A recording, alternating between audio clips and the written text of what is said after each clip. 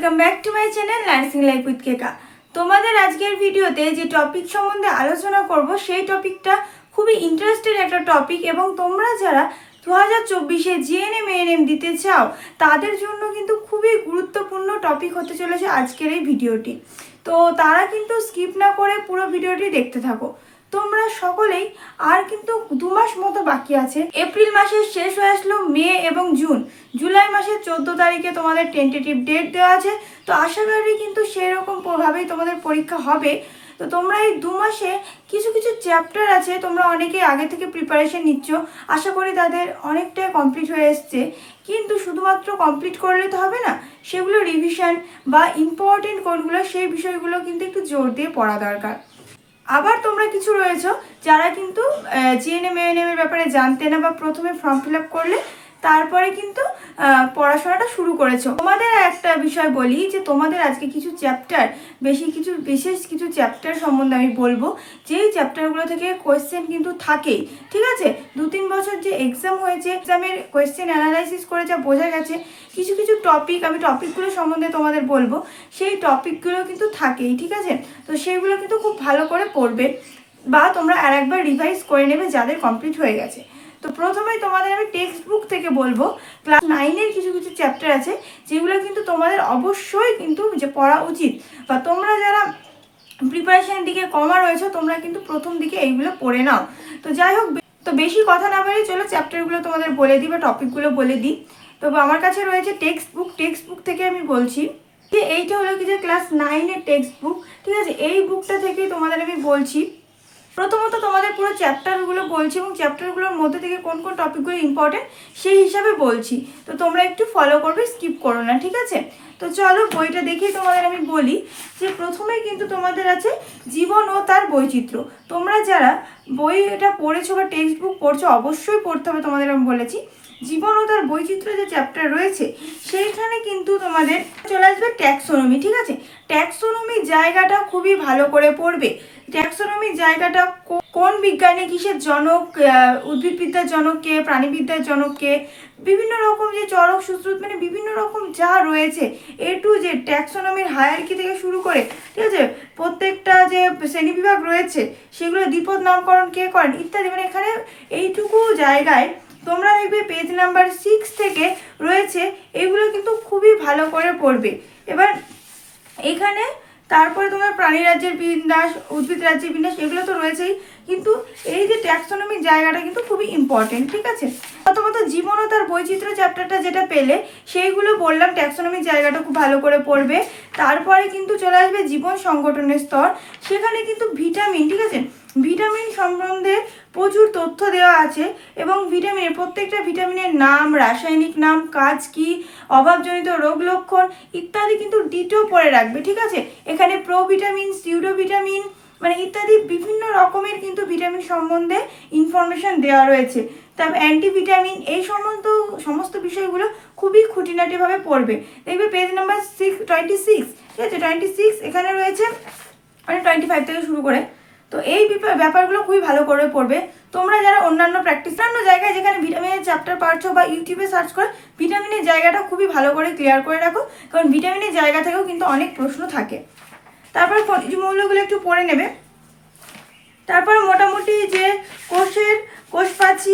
কোষটা রয়েছে, ঠিক আছে, হয়তো বলতে গেলে বলবে সবটাই তো বলছো দিদি, তবুও যেহেতু চ্যাপ্টার ওয়াইজ বলছি সেই জন্য আমি প্রত্যেকটা একটু তোমাদের বলে দিচ্ছি যেগুলো একটু ইম্পর্টেন্ট রয়েছে। হ্যাঁ, কোষপ্রাচীর, কোষপর্দা, এগুলো সংগঠন এই সমস্তগুলো পড়বে। হ্যাঁ, কোন কোষের মস্তিষ্ক বা আত্মঘাতী স্থলী এইগুলো কিন্তু বিভিন্ন রকম নামকরণ রয়েছে বিভিন্ন জায়গায়, তো সেইগুলো বিভিন্ন সংগঠনের, তো সেই টার্মগুলো কিন্তু খুবই ভালো করে একটু পড়ে রেখো।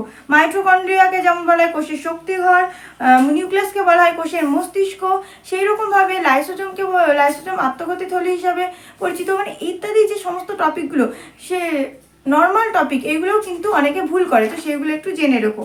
পরে চ্যাপ্টার রয়েছে জৈবনিক প্রক্রিয়া। ঠিক আছে, জৈবনিক প্রক্রিয়া, সালোক সংশ্লেষ এবং শ্বসন যে সমস্তগুলো রয়েছে সেখানে গ্লুকোজ অণু কতগুলো উৎপন্ন হয়, আলোক দশা, অন্ধকার দশা, তারপর তোমার কোথায় গ্রানাস্টোমা, কোথাতে আলোক দশা সম্পন্ন হয়, কোথায় অন্ধকার দশা সম্পন্ন হয়, এই সমস্ত টপিকগুলো একটু ক্লিয়ার রেখো। ঠিক আছে, আর শোষণ বর্ণালী রয়েছে, কার্যপ্রণালী রয়েছে ইত্যাদি, কোনগুলো কিসে কাজে লাগে এগুলো কিন্তু তোমরা মনে রাখবে। পড়তে তো তোমাদের সমস্তটাই হবে, তাও আমি ছোট ছোট কিছু টপিক বলছি। দেখবে প্রত্যেকটা চ্যাপ্টার থেকে তোমরা বিশেষ করে যেখানে কোনো বিজ্ঞানীর নাম পাবে যে কোন বিজ্ঞানীকে আবিষ্কার করেছেন বা নামকরণ করেছেন, এই জায়গাগুলো খুব ভালো করে পড়ে রেখো। এরপরে চলে আসবে দেখবে পুষ্টি, জৈবনিক প্রক্রিয়ার মধ্যেই চলে আসবে পুষ্টি। সেখানে কিন্তু উদ্ভিদ পুষ্টি, প্রাণী পুষ্টি যে ব্যাপারগুলো রয়েছে, ঠিক আছে, মৃতজীবীয় পুষ্টি, পরজীবীয় পুষ্টি, বিশেষ করে উদাহরণগুলো খুবই ভালো করে পড়ে নেবে। এই জায়গাগুলো ছোট ছোট জায়গায়, অল্প জায়গায় অনেক বেশি ইম্পর্টেন্ট তথ্য রয়েছে। হলজৈবিক পুষ্টি এবং হলোফাইটিক পুষ্টি ইত্যাদি সম্বন্ধে কিন্তু যা তোমরা পারবে সমস্ত কিন্তু পড়ে রাখবে। তারপরে কিন্তু তোমরা পৌষ্টিকতন্ত্রটা একটু ভালো করে পড়ো, ঠিক আছে। পৌষ্টিকতন্ত্রের পরে কোন উৎসেচক কী কাজে ব্যবহৃত হয়, বিশেষ করে 83 নম্বর পেজে দেখবে টেক্সট বুকের এই চ্যাপ্টার যে ছকগুলো করা রয়েছে সেই ছকগুলো কিন্তু খুব ভালো করে পড়ো, ঠিক আছে। উপচিতি বিপাক, অপচিতি বিপাকের পার্থক্য, কেন কি উপচিতি বলা হচ্ছে, অপচিতি বিপাক বলা হচ্ছে, সেগুলো একটু ভালো করে পড়ো। তারপরে চলে আসবে তোমাদের সংবহন। সংবহনের মধ্যেও কিন্তু তোমাদের থাকছে মুক্ত সংবহন, বদ্ধ সংবহন কাদের দেখা যায়, এই কোয়েশ্চেনগুলো দেখবে তোমরা কোয়েশ্চেন সেট বুক প্র্যাকটিস করছো তাদের কিন্তু দেখাই যায় এই কোয়েশ্চেনগুলো থাকতে, ঠিক আছে। শিরা ধমনির পার্থক্য কি, হৃৎপিণ্ডের কাজ। তারপরে কিন্তু রক্তটাও তোমরা একটু ভালো করে পড়বে। রক্তর মধ্যে দেখবে 93 নাম্বার পেজে লোহিত রক্তকণিকা, শ্বেত রক্তকণিকা, অনুচক্রিকা, এই জায়গায় যে ছকটা রয়েছে সেই ছকটা খুবই ভালো করে কিন্তু তোমরা পড়ো, ঠিক আছে। কারণ এই ছকটায় কিন্তু তোমাদের কার আয়ু কত, তারপর কোথা থেকে উৎপত্তি হয়, এইগুলো খুবই ইম্পর্টেন্ট। আর কাজগুলোও কিন্তু ভালো করে পড়ে রেখো। দেখবে রক্তের গ্রুপের ব্যাপারটা আছে, কোন বিজ্ঞানী রক্ত গ্রুপিং করে, ব্লাড গ্রুপিংয়ের ব্যাপারটা করেছে, এবিও পদ্ধতি, এইগুলো কিন্তু একটু ভালো করে পড়ো, ঠিক আছে। তারপরে চলে আসবে তোমাদের 102 নাম্বার পেজে তোমাদের থাকবে রেচন পদার্থ। রেচন পদার্থ জায়গাটা যেগুলো রয়েছে আমি বই দেখেই তোমাদের বলছি যাতে তোমাদের পেজ নাম্বার বা এইগুলো জানতে সুবিধা হয়, ঠিক আছে। তাহলে এই জায়গাটায় কিন্তু উদ্ভিদের রেচনের যে ব্যাপারটা রয়েছে সেটা কিন্তু খুবই ভালো করে পড়ো। 100 নাম্বার পেজ থেকে রেচন আছে। তারপর তরুক্ষীর, গদ, রজন ইত্যাদি যা রয়েছে, নাইট্রোজেন যুক্ত, নাইট্রোজেন বিহীন ইত্যাদি যা রয়েছে সবগুলো কিন্তু খুবই ভালো করে পড়ো। তারপরে তোমরা কিন্তু প্রাণীদের বিভিন্ন রেচন অঙ্গ, এইগুলো কিন্তু অল্প তোমাদের আছে, আরও অনেক অনেক কিন্তু এইগুলো রয়েছে। তোমরা একটু যদি গুগলে সার্চ করো, আমি না হলে দিয়ে দিচ্ছি তোমাদের পাশে দিয়ে দিচ্ছি এখানটায় করে, তো স্ক্রিনশট তোমরা নিতে পারো বা এইভাবে তোমরা কিন্তু সার্চ করে দেখতে পারো। অনেক কিন্তু উদ্ভিদের রেচন অঙ্গ সমূহ তোমরা অনেকগুলো পেয়ে যাবে, যে বিভিন্ন প্রাণীদের রেচন অঙ্গগুলো কী কী বা কিসের মাধ্যমে রেচন সম্পন্ন করে, গমন অঙ্গ, রেচন অঙ্গ এবং শ্বাস অঙ্গ কী কী, এইগুলো প্রত্যেকটা ছক তোমরা নিজের কাছে রেখে দেবে এবং তোমরা সেটা যেন মুখস্থ থাকে প্রত্যেকটা উদ্ভিদ প্রাণীর রেচন অঙ্গ, গমন অঙ্গ এবং শ্বাস অঙ্গ কী। তারপরে তো তোমাদের চলে আসবে মানবদেহের রেচনতন্ত্র, পৌষ্টিকতন্ত্র, রেচনতন্ত্র, এইগুলো থেকে কিন্তু ছোট ছোট অনেক কোয়েশ্চেন থাকতে পারে, তো সেই জন্য এইগুলো একটু ভালো করে পড়ে রেখো। এই যে যকৃতের মাধ্যমে কি রেচিত হয়, তারপরে তোমাদের পৌষ্টিকতন্ত্রের বিভিন্ন জায়গায় কি সঞ্চিত থাকে, কিন্তু ছোট ছোট ইনফরমেশন তোমাদের পড়া দরকার। তারপরেই তোমাদের চলে আসবে জীববিদ্যা ও মানব কল্যাণ। আজকে তোমাদের ভিডিওটা বড় হয়ে যাচ্ছে, তবুও আমি প্রত্যেকটা চ্যাপ্টার থেকে কোন কোন জায়গাগুলো ইম্পর্টেন্ট, চাই না তোমাদের হেল্প হচ্ছে কিনা বা তোমাদের ভালো লাগবে কিনা, তবুও তোমাদের বললাম ক্লাস 9-এর বইটা আজকে আমি পুরোটা বলছি। তারপরে কিন্তু ক্লাস 10-এর একটা খুবই ইম্পর্টেন্ট জায়গা রয়েছে, সেইগুলো আমি তোমাদের বলবো। আস্তে আস্তে ভিডিওগুলো ফলো করতে থাকো। ক্লাস 11-12 থেকে কি পড়তে হবে সেগুলোও কিন্তু তোমাদের একটু বলে দেওয়ার চেষ্টা করব, কোন কোন চ্যাপ্টারগুলো পড়বে বা কোন কোন ইনফরমেশান তোমাদের জানা দরকার সেগুলো বলে দেবো, যাতে করে তোমাদের 11-12 যাদের বই নেই বা তোমরা জোগাড় করতে পারছো না, কারণ সকলের তো ছিল না সায়েন্স, তো তাদের যেন সুবিধা হয়। তো তার জন্য তোমরা চ্যানেলটাকে সাবস্ক্রাইব করে রাখো আর ভিডিওগুলো ফলো করো। 4th যে চ্যাপ্টারটা জীববিদ্যা ও মানব কল্যাণ, সেখানে কিন্তু অনাক্রম্যতা সম্বন্ধে, অ্যান্টিজেন, অ্যান্টিবডি ইত্যাদি সম্বন্ধে বিভিন্ন রকম কিন্তু তথ্য দেওয়া আছে। অ্যান্টিবডি, আইজিএ, আইজিজি, আইজিএম, এগুলো কিন্তু সমস্ত কিছু আমি বই দেখে দেখে বলছি, কারণ কিন্তু তোমাদের একেবারে এতটা তথ্য দেওয়া মানে মনে রেখে সম্ভব নয়, আর প্রত্যেকটা বই পেজ উল্টালে বুঝতেই পারবো কোন জায়গাগুলোয় কোন ইম্পর্টেন্ট তথ্যগুলো রয়েছে। অ্যান্টিজেন, অ্যান্টিবডির বৈশিষ্ট্য, ঠিক আছে, সহজাত অনাক্রম্যতা এবং অর্জিত অনাক্রম্যতা, এই সমস্ত তথ্যগুলো খুবই ভালো করে পড়বে। তারপরে কিন্তু তোমরা পড়বে টিকা, ঠিক আছে। দেখো এখানে কিন্তু 118 নম্বর পেজে এই যে একটা ছক রয়েছে, ওই ছকে কিন্তু তোমাদের প্রত্যেকটা কোন টিকা কবে দেওয়া হয়, কি কাজ করে এগুলো কিন্তু তোমাদের মেনলি জানতে হবে, ঠিক আছে। কোন রোগের টিকা, পেন্টাভ্যালেন্ট রয়েছে, সমস্ত কিছু কিন্তু অনেক কিছু টিকার কিন্তু নাম এই ছোট্ট একটু জায়গার মধ্যে দেওয়া রয়েছে। পুরো টিকার ধারণা বলে এই যে পুরো জায়গাটা রয়েছে, এই জায়গাটা তোমরা পড়বে। তারপরে দেখবে চলে আসবে 4.1.3 নাম্বার চ্যাপ্টারে, 3 নম্বর টপিকে। তো সেখানে দেখবে যে তোমাদের বিভিন্ন রোগের প্যাথোজেনের প্রকৃতি, উপসর্গ, এই ছকটা যেটা দেওয়া আছে বিভিন্ন রোগ সম্বন্ধে, এই ছক কিন্তু পড়লে তোমরা অনেক শর্ট হয়ে যাবে, মানে ছক করে দেওয়া মানে তোমাদের অনেকটাই শর্ট হয়ে যাচ্ছে। তারপরে টুকটাক তোমরা রিডিংটা পড়বেই। এরপরে চলে আসবে তোমাদের বাস্তুতন্ত্র, মানে পরিবেশ ও তার সম্পদ। এখানে তোমরা কিন্তু জেরোফাইট উদ্ভিদ কোনগুলো, তারপর মেগাথার্মাস কোনগুলো, হেলিওফাইট কাদের বলা হয় ইত্যাদি যে সমস্তগুলো তোমাদের আছে প্রত্যেকটা কিন্তু শর্ট শর্ট করে লিখে রাখবে, তোমরা না হলে কিন্তু পারবে না। বাস্তুবিদ্যার জনককে, বাস্তুবিদ্যার শব্দটিকে প্রবর্তন করেন, ইকোলজিকে প্রবর্তন করেন ইত্যাদি সমস্ত ইনফরমেশন কিন্তু ছোট ছোট করে দেওয়া আছে।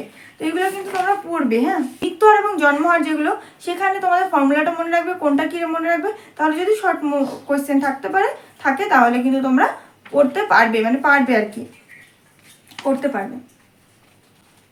তারপরে তো বাস্তুতন্ত্র, তোমরা অনেকে যারা জীবন বিজ্ঞান ভালোবাসবে, বাস্তুতন্ত্র, খাদ্য শৃঙ্খলা, এগুলো খুবই সহজ একটা বিষয়, এগুলো একটু মনে রাখবে। শক্তি প্রবাহের যে 10% সূত্র কে বলেছে এবং কিভাবে সেটা লিন্ডেম্যান যে বলেছেন, বা কিভাবে মানে খাদক থেকে তারপর প্রাথমিক খাদক আস্তে আস্তে যে সর্বোচ্চ খাদক পর্যন্ত শক্তির যে সঞ্চালন হয় 10% সূত্র অনুযায়ী, সেই বিষয়টা পড়ে রাখবে। দেখবে 135 নম্বর পেজে কিন্তু 10% সূত্র শক্তি প্রবাহ বলে আছে, ওই জায়গাটায় রয়েছে। তো এগুলো কিন্তু পড়ে রাখবে। প্রত্যেকটি চ্যাপ্টার থেকে দেখবে পরিভাষা কোষ বলে যে জায়গাটা আছে, সেখানে শর্ট করে অনেক কিছু কিন্তু তথ্য দেওয়া আছে। তো সেই বিষয়গুলো পড়াটা কিন্তু আমার মনে হয় ভালোই হবে তোমাদের জন্য। প্রত্যেকটা চ্যাপ্টার লাস্ট অবধি কিন্তু প্রত্যেক চ্যাপ্টারের জন্য দেওয়া রয়েছে ইম্পর্টেন্ট, তো এইগুলোও পড়বে। তার সঙ্গে প্রত্যেকটা চ্যাপ্টার থেকে ক্লাস 9-এর আমি বলেই দিলাম যে কোন কোন চ্যাপ্টারে কোন কোন বিষয়গুলো অবশ্যই পড়া দরকার। তো সেই জন্য এই চ্যাপ্টারগুলো যখন পড়ছো, এই সমস্ত টপিকগুলো যেন বাদ না যায়, বা তোমরা যারা পড়েছো এই সমস্ত টপিকগুলো আবার করে রিভাইজ দিয়ে একটা শর্ট নোট করে নাও, কারণ এখনও 2 মাস টাইম আছে তোমাদের নোট করার মতো, যেটা তোমরা পরে যে জুলাই মাসে 14 দিন পাচ্ছ তার মাঝে জাস্ট তোমরা রিভাইজ করবে তোমাদের ইম্পর্টেন্ট শর্ট নোটগুলো, ঠিক আছে। এইভাবে তোমরা করতে পারো। তাহলে যে টপিকগুলো পড়লাম অবশ্যই তোমাদের ভালো লাগলো কিনা আমাকে একটু জানিও। আর তোমরা যদি রেসপন্স করো অবশ্যই ক্লাস 10-এরগুলো বলবো। তো ক্লাস 9-এটা প্রাথমিকভাবে বললাম, তার থেকে ক্লাস 10-এ কিন্তু আরও ইম্পর্টেন্ট আছে, আরও কিন্তু ভালোভাবে আরও সুন্দরভাবে আমি অ্যানালাইসিস করে আরও ভালোভাবে বলবো।